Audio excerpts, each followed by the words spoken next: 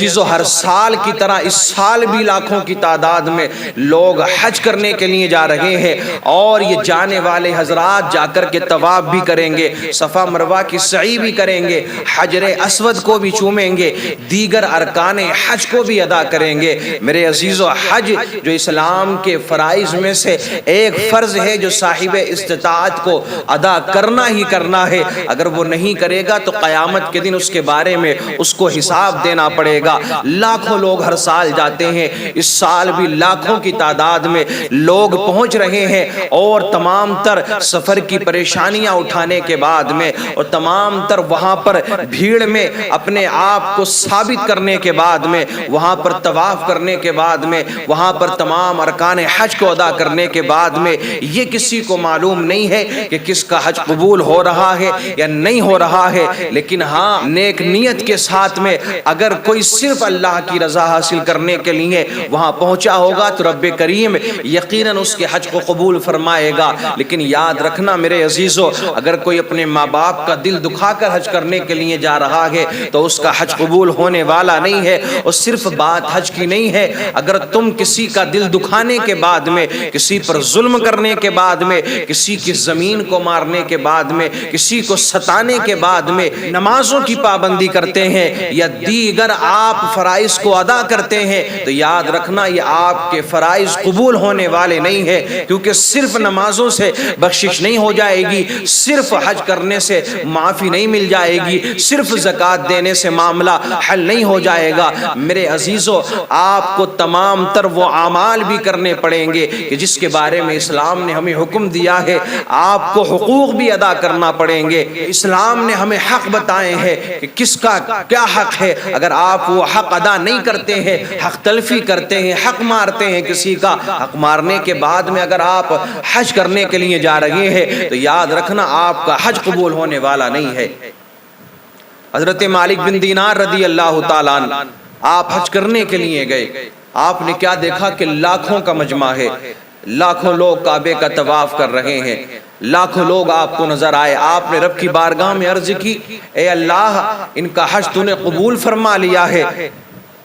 آواز آتی ہے، اے مالک بن دینار سب کا حج قبول ہو گیا ہے، لیکن ایک کم نصیب، ایک بد نصیب ایسا بھی ہے کہ جس کا حج قبول نہیں ہوا ہے۔ اللہ اکبر کبیرہ۔ میرے عزیزو، اگر آج ہمیں یہ پتہ چلنے لگے نا کہ کس کی نماز قبول ہوئی ہے یا کس کی نہیں قبول ہوئی ہے، کس کے روزے قبول ہو رہے ہیں یا نہیں ہو رہے ہیں، یا کس کی زکوٰۃ قبول ہو رہی ہے یا نہیں ہو رہی ہے، تو آپ مجھے بتائیں کیا معاملہ ہو سکتا ہے ہمارے ساتھ میں۔ اور اگر آج یہ بتایا جانے لگے کہ تمہاری نمازیں قبول ہو رہی ہے، تمہاری زکوٰۃ قبول ہو رہی ہے یا نہیں ہو رہی ہے، اگر آج یہ سرٹیفکیٹ بانٹے جائیں تو بہت کم لوگ ہی ایسے نکلیں گے کہ جن کی نمازیں قبول ہو رہی ہوں گی، بہت کم لوگ ہی ایسے نکلیں گے کہ جن کے حج قبول ہو رہے ہوں گے، بہت کم لوگ ہی ایسے نکلیں گے کہ جن کی زکوٰۃ اور جن کے روزے قبول ہو رہے ہوں گے، کیونکہ حالات تو یہ ہے، امت مسلمہ کے معاملات تو یہ ہیں میرے عزیزو کہ ادھر نماز پڑھی، نماز پڑھنے کے بعد میں ابھی مسجد سے باہر بھی نہ نکلے تھے کہ برائیاں شروع کر دی، غیبت شروع کر دی، چغل خوریاں شروع کر دی۔ میرے عزیزو، ادھر زکوٰۃ دے رہے ہیں لیکن ادھر اپنے سگے بھائی کا حق بھی مار رہے ہیں، ادھر غریب کو ستا بھی رہے ہیں، ادھر غریبوں کا مال بھی مار رہے ہیں، ادھر حج کرنے کے لیے جا رہے ہیں، ادھر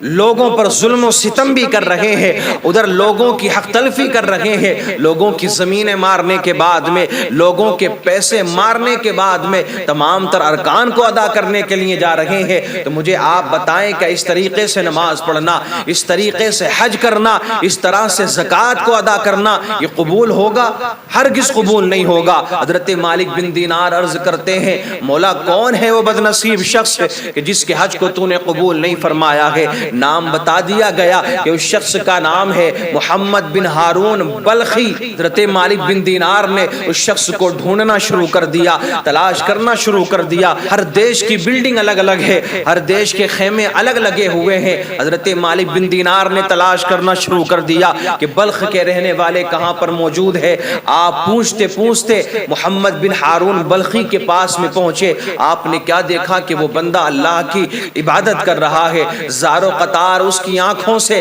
آنسو نکل رہے ہیں، رو رہا ہے، آپ پیچھے سے جا کر کے سلام کرتے ہیں، سلام کا جواب دیا، اور وہ بندہ کہنے لگا کیا یہ پوچھنے کے لیے آئے ہو کہ اللہ نے میرا حج قبول کیوں نہیں کیا ہے؟ اللہ اکبر کبیرہ۔ حضرت مالک بن دینار رضی اللہ تعالیٰ عنہ نے جب اتنا سنا تو آپ فرماتے ہیں کہ یہ بتا کہ تجھے کیسے معلوم ہے کہ میں یہ پوچھنے کے لیے آیا ہوں اللہ نے تیرا حج قبول کیا ہے یا نہیں کیا ہے؟ محمد بن ہارون بلخی کہتا ہے کہ 24 سال سے میں حج کرنے کے لیے آ رہا ہوں، جب بھی آخری ایام آتے ہیں، رخصت ہونے کا وقت آتا ہے، طواف وداع کر لیتا ہوں تو کوئی نہ کوئی اللہ کا ولی آتا ہے اور مجھ سے یہی سوال کرتا ہے کہ یہ بتاؤ اللہ نے تمہارا حج قبول کیوں نہیں کیا ہے؟ 24 سالوں سے تمہارا حج قبول کیوں نہیں ہو رہا ہے؟ حضرت مالک بن دینار رضی اللہ تعالی عنہ نے بھی یہی سوال کیا کہ بتاؤ میں بھی اسی لیے تمہارے پاس آیا ہوں کہ اللہ نے تمہارا حج قبول کیوں نہیں کیا ہے؟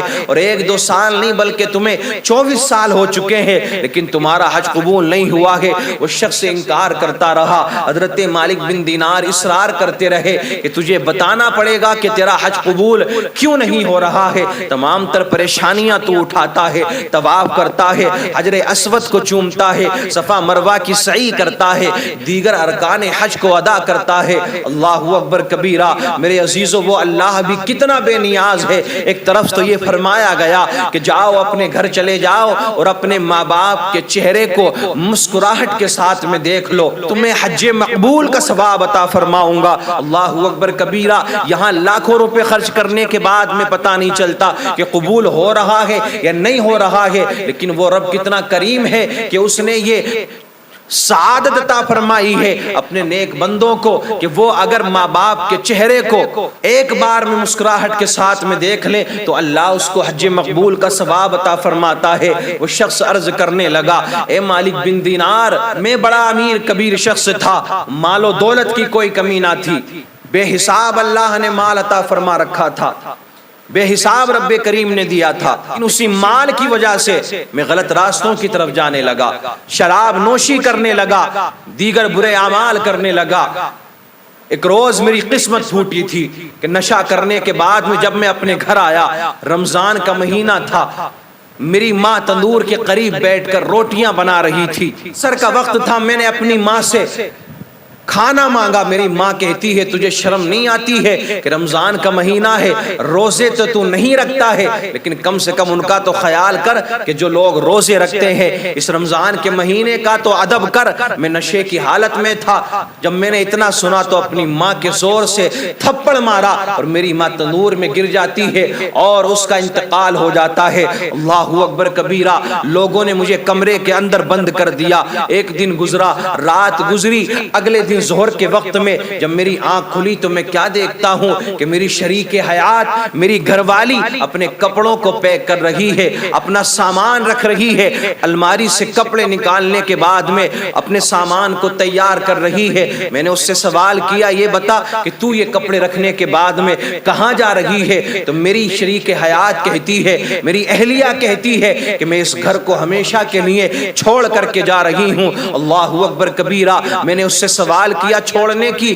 وجہ کیا ہے؟ تو وہ کہتی ہے کہ جو شخص اپنی ماں کا نہیں ہو سکتا ہے تو وہ اپنی بیوی کا کیسے ہو سکتا ہے، وہ کسی اور کا کیسے ہو سکتا ہے؟ میں نے کہا کہ یہ بتا میری ماں کو کیا ہوا ہے؟ تو اس نے سارا واقعہ بتایا کہ تو نے اپنی ماں کو تھپڑ مارا تھا، تندور میں گرنے کے بعد میں تیری ماں کا انتقال ہو گیا تھا۔ میں نے پوچھا میری ماں کہاں ہے؟ کہنے لگی کہ لوگوں نے تدفین کا انتظام کر دیا ہے، لوگوں نے کفن دفن کا انتظام کر دیا ہے اور تیری ماں کو دفنا دیا ہے۔ اللہ اکبر کبیرہ۔ اے مالک بن دینار، میری شریک حیات بھی مجھے چھوڑ کر چلی جاتی ہے، اب جس ہاتھ سے میں نے اپنی والدہ کو تھپڑ مارا تھا میں اس ہاتھ کو فوراً اپنے جسم سے جدا کر دیتا ہوں، فوراً میں اپنے اس ہاتھ کو کاٹ دیتا ہوں۔ اس وقت میں حضرت مالک بن دینار نے دیکھا تھا کہ اس کا ایک ہاتھ کٹا ہوا تھا، معذور تھا وہ شخص، اور وہ عرض کرتا ہے کہ میں نے اپنا سارا مال غریبوں میں تقسیم کر دیا، سارا مال بانٹ دیا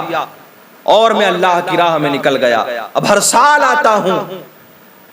طواف بھی کرتا ہوں، دیگر ارکان حج بھی ادا کرتا ہوں، لیکن آواز آتی ہے کہ تیرا حج قبول نہیں ہوا ہے۔ اللہ اکبر کبیرہ۔ آج بھی ہیں ایسے لوگ، کہ جو ماں باپ کو ستانے کے بعد میں اور نمازیں پڑھنے کے بعد میں پھر یہ سوچتے ہیں کہ ہم نے سارے معاملات حل کر لیے، ہم سے بڑا کوئی نیک نہیں ہے۔ لوگوں کا دل دکھانے کے بعد میں آج حج کرنے کے لیے جا رہے ہیں یا دیگر فرائض کو ادا کر رہے ہیں، لوگوں کو ستانے کے بعد میں، ماں باپ کو مارنے کے بعد میں وہ سوچتے کیا ہیں کہ ہم سے بڑا نیک اور کوئی نہیں ہے۔ یاد رکھنا، نمازیں، روزہ، حج، زکوٰۃ یہ آپ کے اسی وقت قبول ہوں گے کہ جب تک آپ اپنے ماں باپ کے فرما بردار نہیں بن جاتے ہیں، کیونکہ ان کی رضا میں ہی اللہ کی رضا ہے اور ان کی ناراضگی میں اللہ کی ناراضگی ہے۔ حضرت مالک بن دینار نے جب اتنا سنا نا تو اس کو زور سے ایک تھپڑ مارا اور آپ اپنی آرام گاہ پر آ جاتے ہیں۔ ادھر لیٹے تھے، آ کر کے آنکھ لگ گئی، اللہ کے رسول صلی اللہ تعالی علیہ وسلم خواب میں تشریف لاتے ہیں۔ میرے آقا نے ارشاد فرمایا، اے مالک بن دینار، تو نے اس شخص کو کیوں مارا ہے؟ آپ عرض کرنے لگے، یا رسول اللہ، اس کا جرم ہی ایسا تھا کہ مجھ سے برداشت نہیں ہوا اور میں نے اس کو تھپڑ مار دیا۔ لیکن میرے عزیزو، ایک بات ہمیشہ یاد رکھنا، کوئی بھی شخص کتنا بھی اپنے ماں باپ کو ستا لے لیکن کبھی ماں باپ اپنی اولاد کے لیے بد دعا نہیں کرتے ہیں۔ اور اگر کسی ماں نے یا کسی باپ نے اپنی اولاد کے لیے بد دعا کر دی اگر والدین نے، تو وہ اولاد نہ دنیا میں کامیاب ہوگی نہ آخرت میں کوئی کامیابی کا معاملہ اس کے ساتھ میں ہونے والا ہے۔ وہ ہر جگہ پر، ہر مقام پر برباد ہوتا ہوا نظر آئے گا۔ لیکن ماں کی ممتا کا بھی کیا کہنا ہے؟ وہ فرمایا گیا نا کہ اگر قیامت کے دن ماؤں کو اختیار دے دیا جائے کہ جاؤ تم اپنی اولاد کو جہاں لے جانا چاہتی ہو وہاں لے جاؤ، تو کوئی ماں ایسی نہیں ہوگی کہ جو یہ چاہے گی کہ اس کی اولاد جہنم میں جائے، جہنم میں ڈالی جائے۔ ہر ماں یہی چاہے گی کہ اس کی اولاد اس کے ساتھ میں جنت میں جائے۔ میرے عزیزو، اس رب کریم کا کیا کہنا؟ وہ رب کب یہ پسند فرمائے گا کہ جو رب 70 ماؤں سے زیادہ پیار کرتا ہے کہ اس کا ماننے والا، اس کو سجدہ کرنے والا، اس کا بندہ جہنم میں جائے۔ یہ تو ہمارے اعمال ہی ہیں جو ہمیں جہنم میں لے جائیں گے۔ میرے آقا ارشاد فرماتے ہیں کہ وہ شخص کہ جس کا کئی سالوں سے حج قبول نہیں ہو رہا ہے، اس کی ماں کی نافرمانی کی وجہ سے اسی شخص کو اللہ رب العزت قیامت کے دن جنت عطا فرمائے گا اس کی ماں کی وجہ سے۔ اے مالک بن دینار، اسی شخص کو جنت میں اس کی والدہ کی وجہ سے ہی ڈالا جائے گا۔ آپ عرض کرتے ہیں، یا رسول اللہ، اتنا بڑا نافرمان کہ جس کی ماں جس کے مارنے کی وجہ سے مر گئی ہو، اس دنیا کو چھوڑ کر کے چلی گئی ہو، کہ جس کو معافی مانگنے کا بھی موقع نہ ملا ہو۔ اللہ اکبر کبیرہ۔ میرے آقا ارشاد فرماتے ہیں، اے مالک بن دینار، قیامت کا دن ہوگا، رب کریم اس کی ماں کو یہ اختیار دے گا کہ جا جہاں تو اپنی اولاد کو یا اپنے اس لڑکے کو لے جانا چاہتی ہے وہاں لے جا، یا اس کو کہاں ڈالا جائے؟ تو اس کی ماں کہے گی، اے اللہ، اس کو جہنم میں ڈال دیا جائے، جہنم کی آگ کے حوالے کر دیا جائے۔ وہ شخص عرض کرے گا، اپنی ماں سے کہے گا، اے ماں، میری غلطی کو معاف کر دے، میری خطا کو معاف کر دے۔ جب وہ اپنی والدہ سے معافی مانگے گا تو اس کی ماں کی ممتا جاگ اٹھے گی اور رب کی بارگاہ میں وہ عرض کرے گی، اے اللہ، میں نے اپنی اس اولاد کو معاف کر دیا ہے، اپنے اس بیٹے کو معاف کر دیا ہے، تو بھی اس کو معاف فرما دے اور جنت میں اعلیٰ مقام عطا فرما دے۔ تو آج بھی جو نمازوں میں آپ کو یہ سینکڑوں لوگ نظر آتے ہیں، آپ کیا سمجھتے ہیں سب ان میں سے ایسے ہیں کہ جو صرف نماز کو فرض جان کر کے ادا کرنے کے لیے آ رہے ہیں؟ نہ میرے عزیز، کتنے تو ایسے ہیں کہ جو اپنے آپ کو نمازی کہلوانے کے لیے آ رہے ہیں، اور کتنوں کو ہم ایسوں کو جانتے ہیں کہ جو نماز بھی پڑھتے ہیں، روزہ بھی رکھتے ہیں، زکوٰۃ بھی دیتے ہیں، دیگر نیک اعمال بھی کرتے ہیں، لیکن حالات یہ ہیں کہ گھر جا کر کے اپنے ماں باپ کو وہ ڈنڈوں سے مارا کرتے ہیں،